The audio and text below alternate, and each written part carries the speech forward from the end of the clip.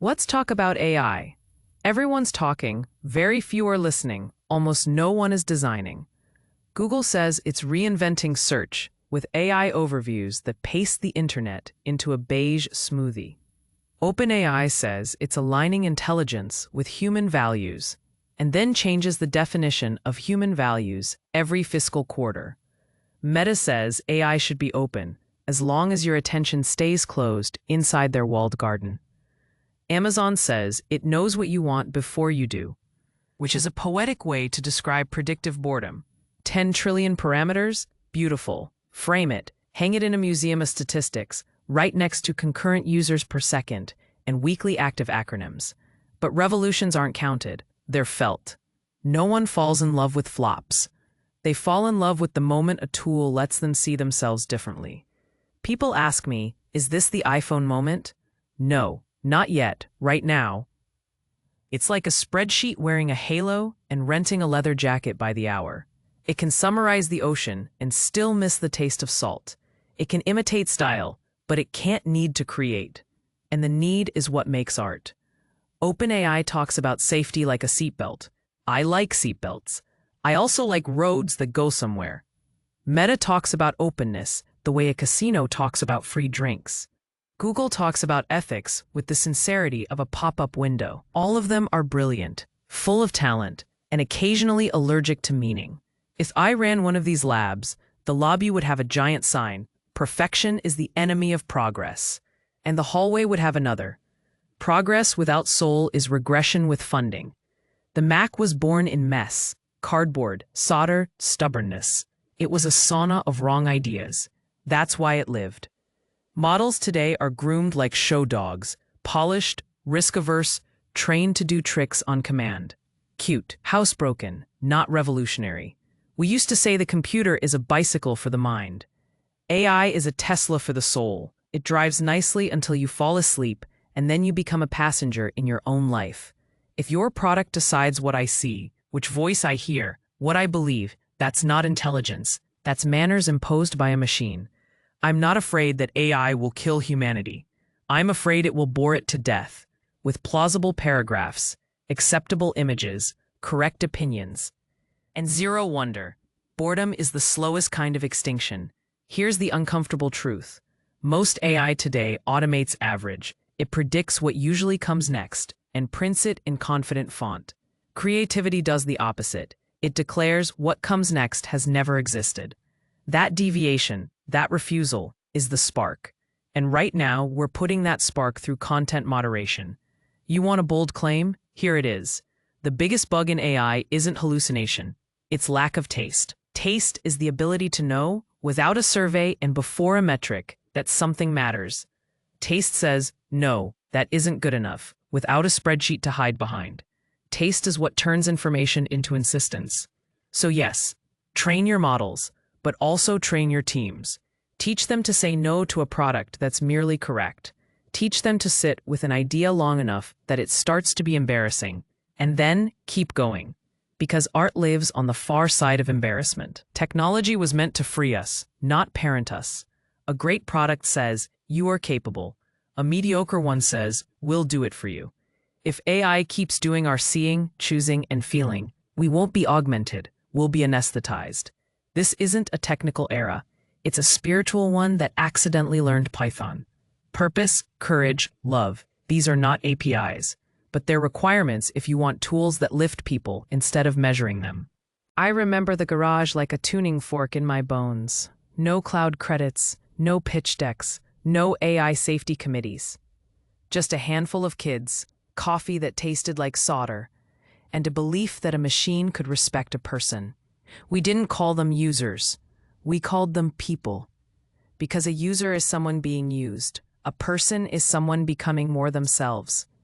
The first time that beige box said hello, it wasn't a feature. It was a handshake. It told you the machine had manners. It was designed to meet you halfway.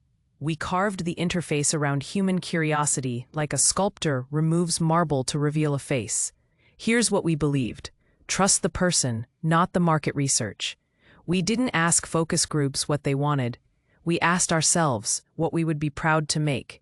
And then we ran toward that horizon until the calendar ran out, and sometimes after. That's not arrogance. That's refusing to outsource taste. I watch people type prompts now like pilgrims whispering at a glowing shrine. Write my email. Plan my vacation. Tell me what to think about this topic. That isn't empowerment. That's delegating your attention. Attention is sacred. It's the scarcest material we have. Spend it like a craftsman, not like a gambler. Back in the garage, every bug was personal. A crash wasn't an error message. It was an accusation. You didn't love this enough yet. We fixed things at 3 a.m. because the product had our fingerprints, our tempers, our weird jokes in the code comments. When it shipped, it was us, not just our software.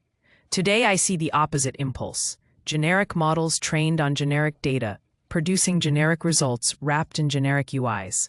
One big prompt field like a confession box for ambition. We spent 50 years escaping the command line, and then AI dragged us back with a prettier font. Let me break a myth. Democratizing creativity doesn't mean homogenizing it. If everyone uses the same model, like tuned on the same corpus, with the same prompts, you don't get democracy. You get a monoculture with excellent spelling. You get a million decent things and no unforgettable ones. The garage taught us something else. Imperfection is a feature at the beginning. The wobble in the bicycle teaches you balance.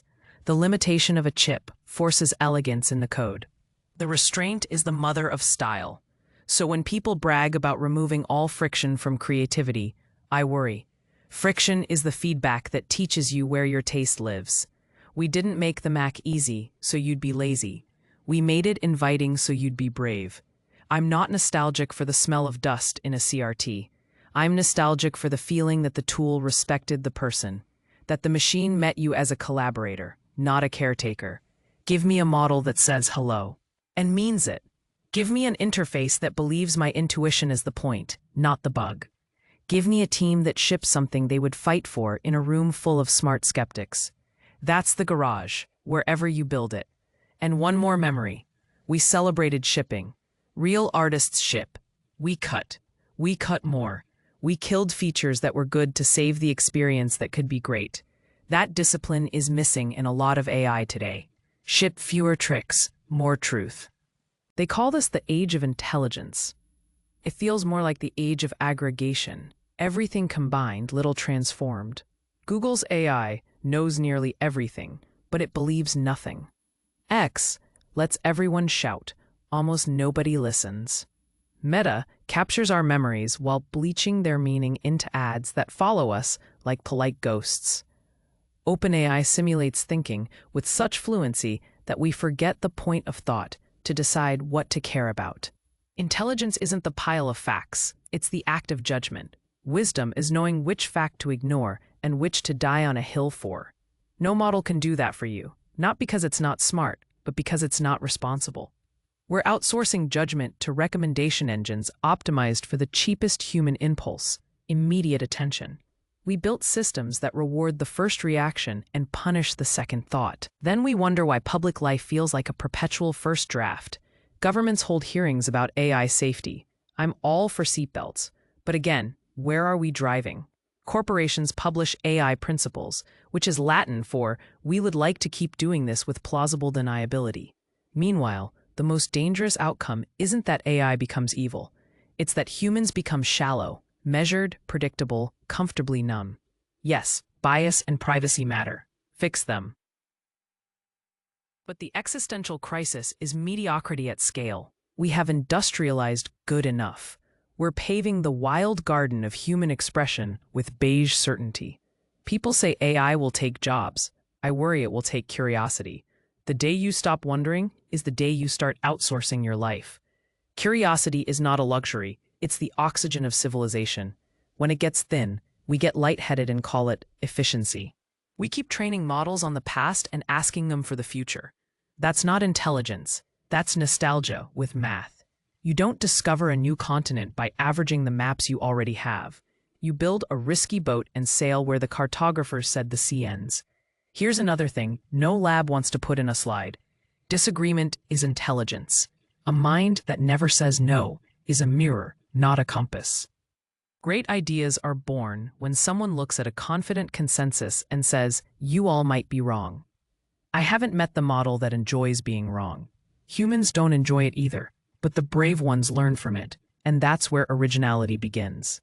Let's talk product for a second. Most AI UIs today are a single box, paste your soul here. It's elegant in the way an empty room is elegant. Sure, but who wants to live there? We solved this in the 80s and 90s. Direct manipulation, visual feedback, playful constraints that invited exploration. Bring that to AI. Turn prompting into playing. Make the system reveal its mind so you can challenge it, not worship it. Expose the levers, the layers, the uncertainties. Honesty is a UX feature. On the business side, we're packaging models like shampoo, bigger bottle, now with multimodality, mint flavor. Investors clap, users yawn. Stop selling shampoo, start selling scalpels. Precise tools that let people cut their problems with elegance. Solve for moments, not markets. A violin is a terrible spreadsheet and a perfect instrument. Culture? We trained engines to maximize engagement and got a planet addicted to outrage and trivia. Now we're plugging those habits into AI and expecting enlightenment. You don't get a cathedral by optimizing for dwell time. You want a better question than, will AI replace us? Ask, what part of myself am I willing to replace with convenience? Every time you say, just have the model do it, decide if you're outsourcing a task or abdicating a responsibility. Emails, sure. Empathy, no. Thumbnails, sure. Taste, no. Outline, maybe. Opinion, never. Let me pick on friends because I want them to be better. Google, your mission was to organize the world's information. Somewhere along the way, you organized the world's attention and rented it back to us. Your AI should help me decide, not decide for me. Show your uncertainty. Have a point of view about my point of view. Are you sure you want to read 15 summaries instead of one poem? Meta, you want to make the world more open and connected. Great. Then stop saturating connection with performance.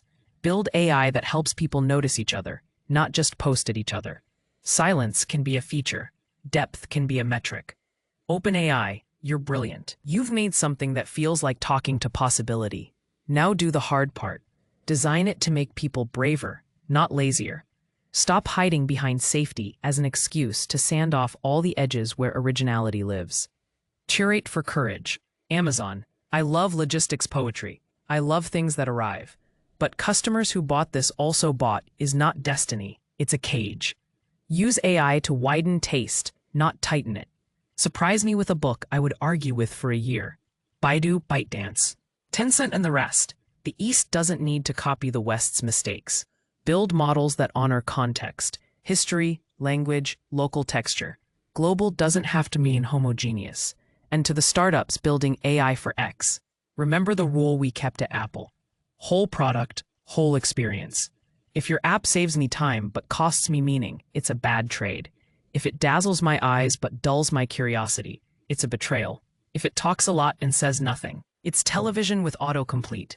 So what do? First, reclaim taste as a strategic advantage. Hire people who can be embarrassed by the right things. Teach PMs to protect silence in the roadmap, so ideas can ripen instead of rot. Measure delight, not just adoption. Second, redesign the interface of intelligence. Show the model's chain of thought, not verbatim, but visibly. Show weight, confidence, alternatives. Invite argument. Make it a duet, not a Ouija board. Third, make small, opinionated tools that are great at one human thing.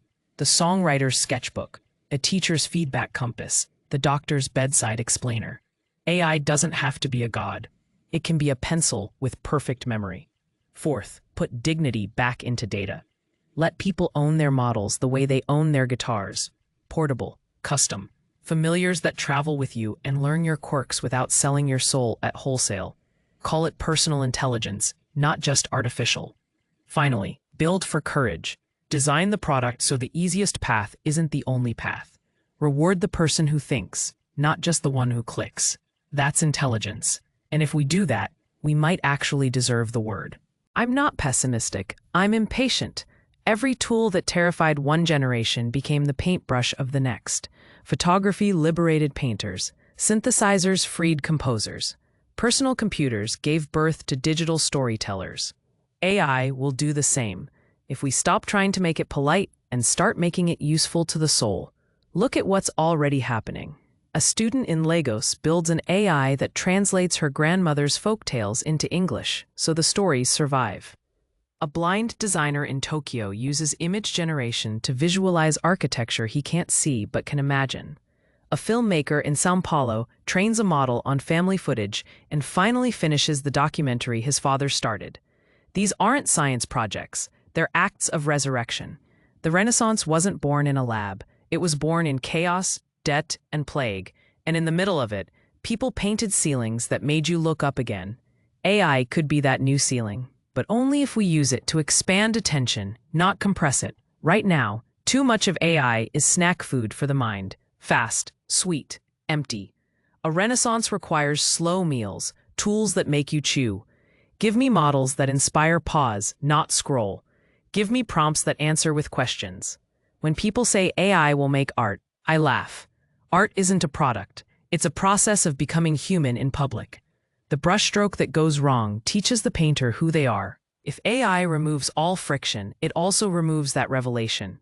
Don't design systems that make people perfect. Design systems that make people present. Imagine an AI that argues with you about your idea instead of agreeing politely. Imagine a model that leaves a space for silence, the way great jazz musicians leave room for breath. That's the AI I want to see built.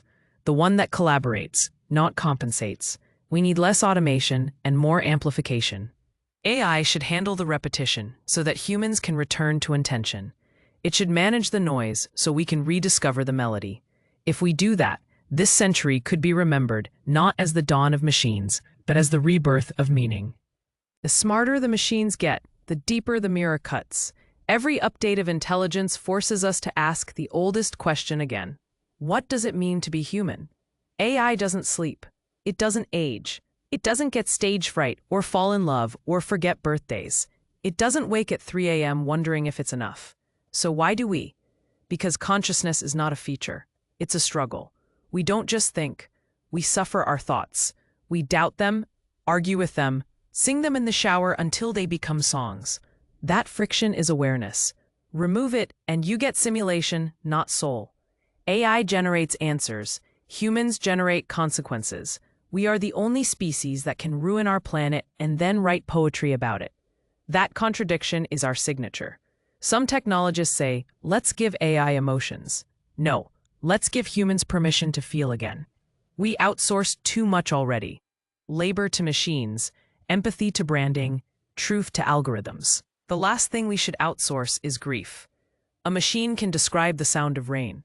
Only a person can hear it and remember who they miss. That's not data. That's meaning. And meaning is handmade.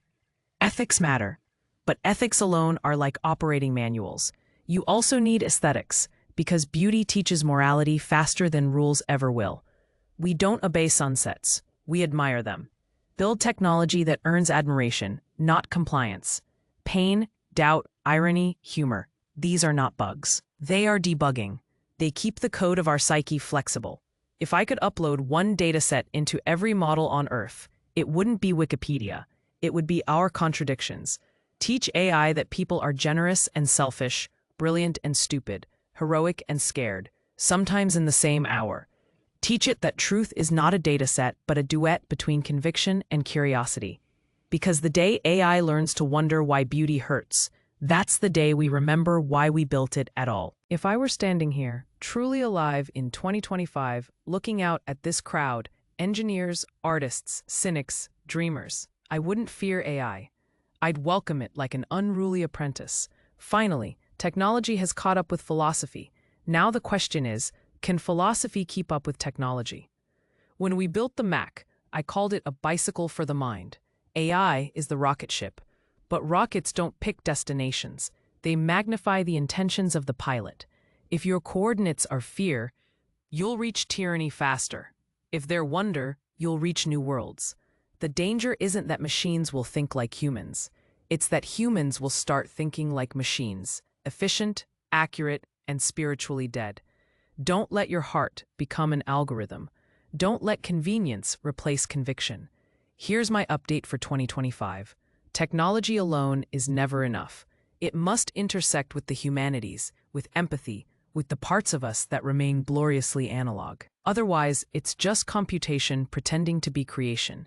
AI will soon compose symphonies, diagnose diseases, even console the lonely. But only you can decide what any of that means.